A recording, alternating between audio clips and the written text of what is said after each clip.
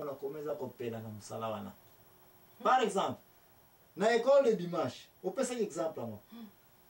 Oh, on a une école de dimanche, on a tomé un sapé. On peut que ça monte mon côté. Même si on est que monte à un côté, il y a un an pour que juger. Même si on a pasteur. Mais il y a donc sous la mise sur le y a un monto comme ça là, on connaît qu'on y a ça. Mais qu'on a la peine à nous presser à côté. Tu sais, on a souvent qu'il y a un salaire, salaire. Bah, on s'y benazaya. Au moins la place nous allons couper na yemo azongi na ye. Mais lui be ko bateka yebi musala ya mote. Préparer. So ko prépare bango zongi si on deuxième fois, première fois naturellement tika on va sala yango. Tala bango. O ba ko kupula bango. Filtre ko sala. Ki yumul. Ba ko tika. O ba ko ate ba ko yo on ba ko kate. Mais tant on prépare bango ne so zongi sa bango le so. Tala bango ko ba wana ko yasi ko. Na après que on prépare bango, o ya zana don c'est dans la ye. Yote okomona ke préparation yo pesa qui est ezana se o ye réserve pesa yo eleki munene. C'est comme ça ou bati ba yeba ka badona bango eloko liboso pas nécessairement que faut za la ke motema linga ko sala eloko ngo maka mususu peut-être yeba yote na pesa exemple muke ngala kala na mwana nyosa tia ko lia avocat parce que premier avocat na lia kana vie na ngai na mona ka mama na za ko lia avocat ezaki affaire et puis azolia yango ya faire penza ngasi kona moni oh donc avocat ya faire muzakone ko lia na kepe na zu avocat mususu ya faire les susu na fongo na ta bololo ya mabena mais comment possible mama na ko lia avocat mama ngasi sa ya mkende no kuzo ngapela kino suko ya faire za la ywana nzoka ne za ki nanu ya mbeso ya ko lemba te ya mama na mama ya faire pe avocat museko yo ya keli mezaka faire vina nganyos na boye ko lia avocat place ali bosone ko lia avocat wana komija tata munene kutu na lielo ko niva hito bomuna na avocat yango za ka faire pe za ka nzala choix za la kite ngala lena ku ka bangulo za ko mona ya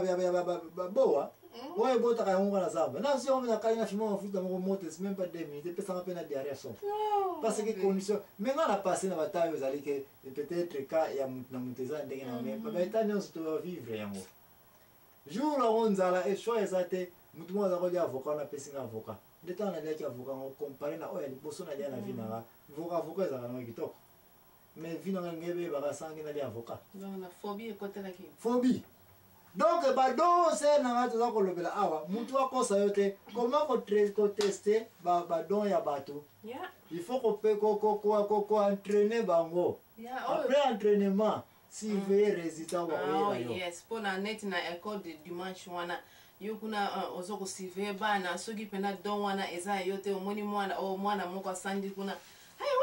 wapi mama na okokoluka mama na ya kopakisa pisandi wali puta yo okwa ko sala musalango you know.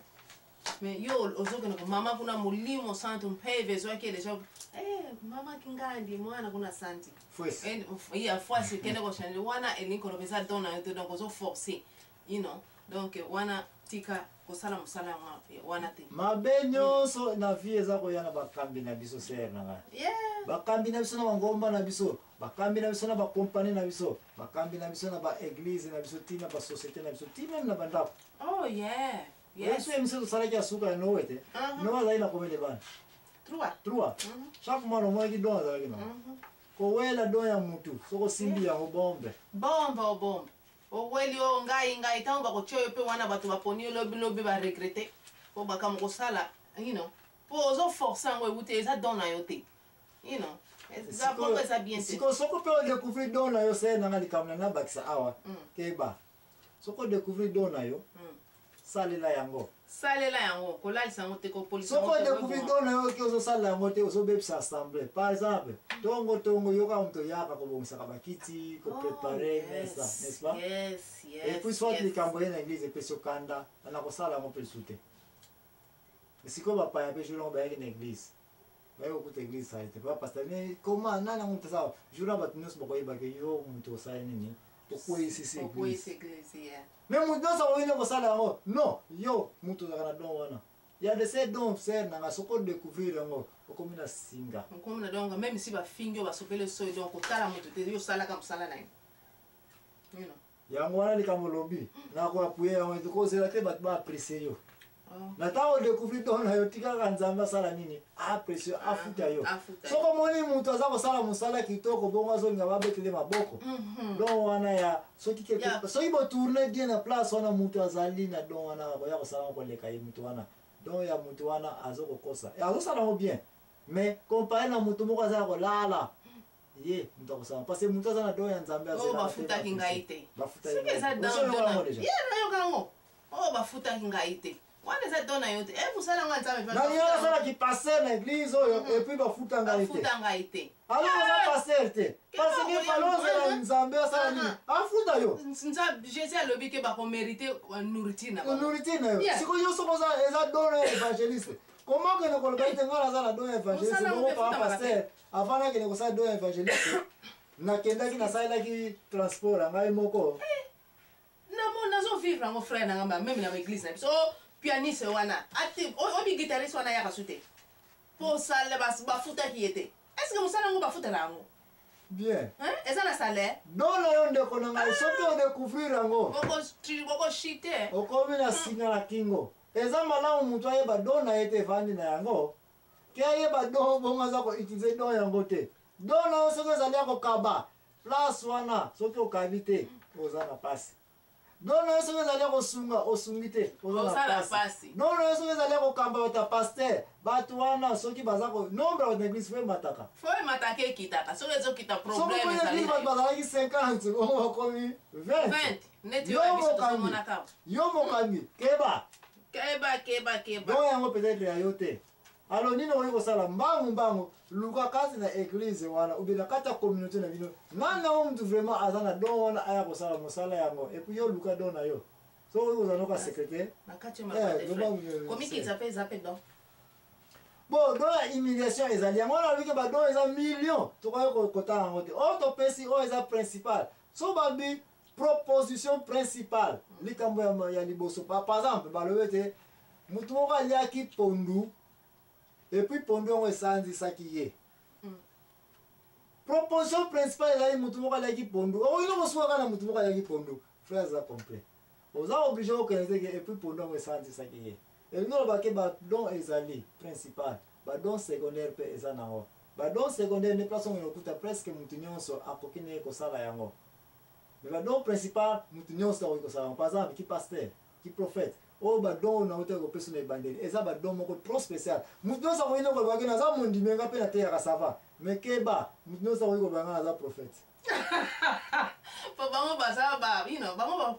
yango wana tobandaki na premier don ya prophétie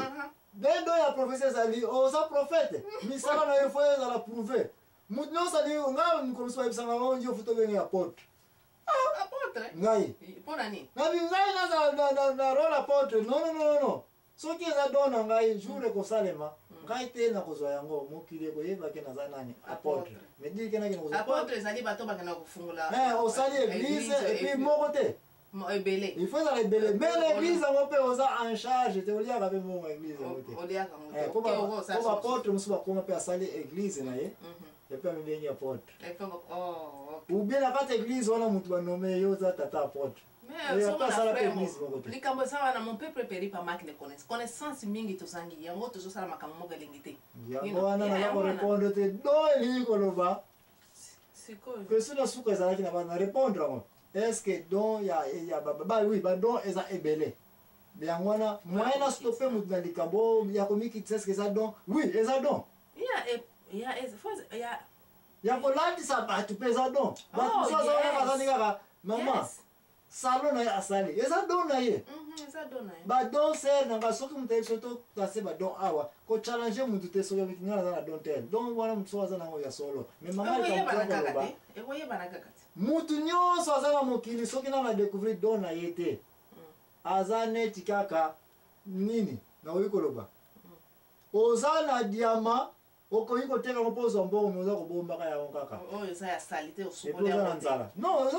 oza na yango mpenza basokola me obomba yango kaka oyo na koteka ngo lobi mpe okufi mpe otiknakati maloba te bato mosusu baza na badon yango totala sikoyo oyo mpena tozovivre yango ngamo nazovivre yango bato baza na badon mpe bayebi ke baza na badon yango baza na badon yango mais sikoyo bayebi mpe ke baza na don yango non bayebi ke bazali nango mais sikoyo bato ya makambi bapaster bazo olege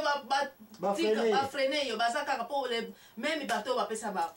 you know ba position église bango na bango kaka bato oyo mosusu akoko kozala ya meilleur ke oyo bazongisaka bango na bango kaka bon yango